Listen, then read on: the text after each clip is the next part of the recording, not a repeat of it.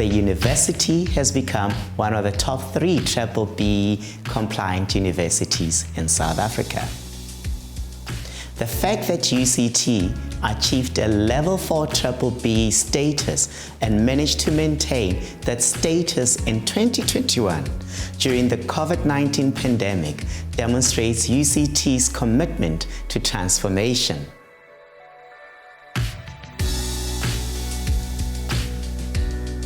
This event allows us to bring diplomats and others to UCT so that they can understand what it is that we're doing at UCT, and that we from UCT can understand more about what's happening in their countries and how we can build bridges between the two to create better collaboration, deeper collaboration, and more opportunities for impact. I didn't get to experience a graduation in 2020 because I was part of the graduating class of 2019. And it was just great to see everyone smiling. There's a certain glow that comes with people graduating, and I'm glad I got to see it in person. Many people may not be familiar with this, but there's something like 150,000 to 200,000 newly ill people with tuberculosis that are undiagnosed and undetected in the country every year. And so this partnership is really about getting mobile clinics out into the community. Yes. And they are equipped with cutting-edge DNA detection technology where testing can be done on-site in people, and the results are given to them and they're linked up with care.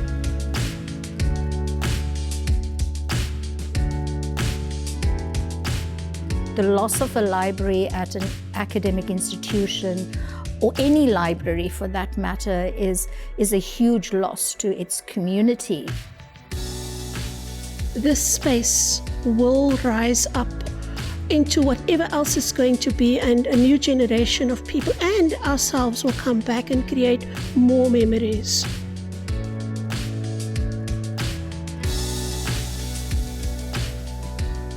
Kusela Ikamva means secure the future. And so really, that's what this project is all about in terms of environmental sustainability.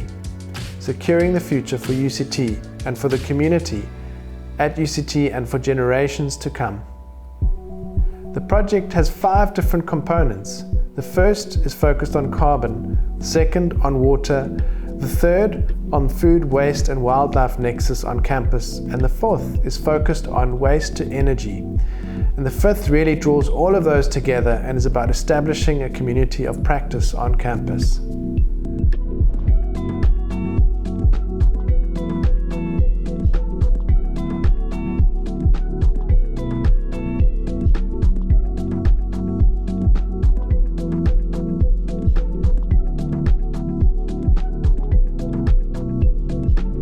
UCT has a cohort of brilliant leaders to succeed the current cohort that is aging and close to retirement. I'm always constantly amazed when we get this group together at the kind of research people are doing and the impacts they're having, and it's been a great opportunity to leverage resources to do really innovative, novel research and to think outside the box a bit.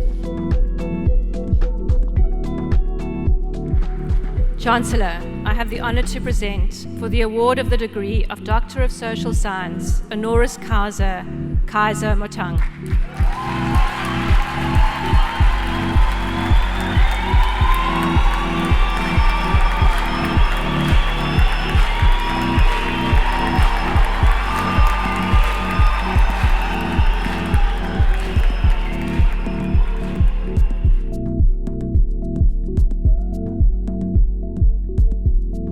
So I was invited to do the keynote address at today's Women's Day event, and basically to speak about trans women being women and looking at the space and place of trans women within feminism and within the women's rights movement, and what that means for possibilities and for solidarities moving forward.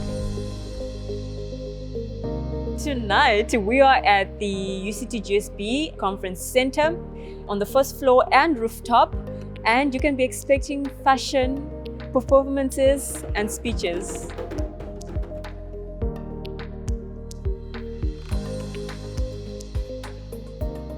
I think it's very rare for an artist to have the longevity that Irma Stern had. Whereas Irma Stern, it's amazing how she just keeps talking to new generations in a new way. So if one looks at in her lifetime how she really was on the forefront of conversations and how she continues to be an artist that allows us to address current issues, it's interesting how she has that absolute longevity and relevance that keeps on being there. This legacy, this wonderful house has continued to survive.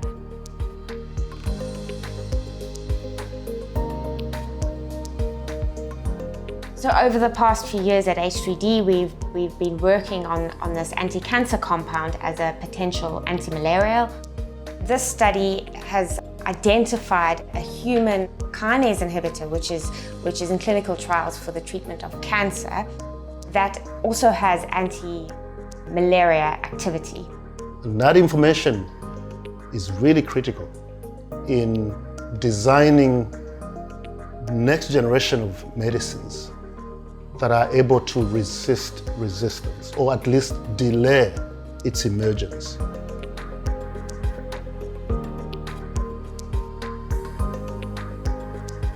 We are here today, colleagues, to celebrate many lifetimes of service to our university and to thank each and every one of you in this room.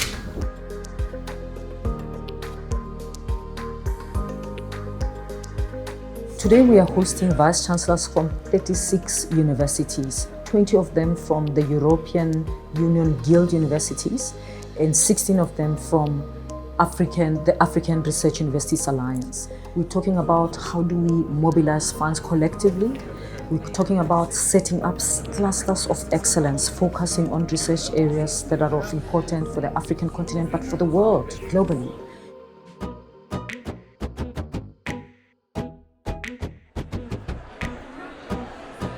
Welcome to this wonderful event, the 2022 edition of the UCT Staff Annual Awards.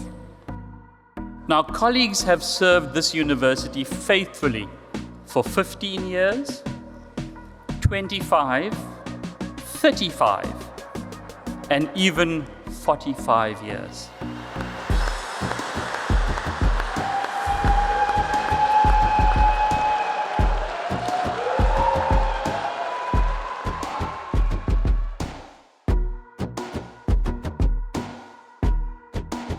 So today and tomorrow, we will be hosting our graduation ceremonies. We have 4 ceremonies for all our faculties, and it's a fantastic time of the year, a definite highlight where the culmination of work and dedication all come together, and where we actually, as a university community, are reminded of why we're here.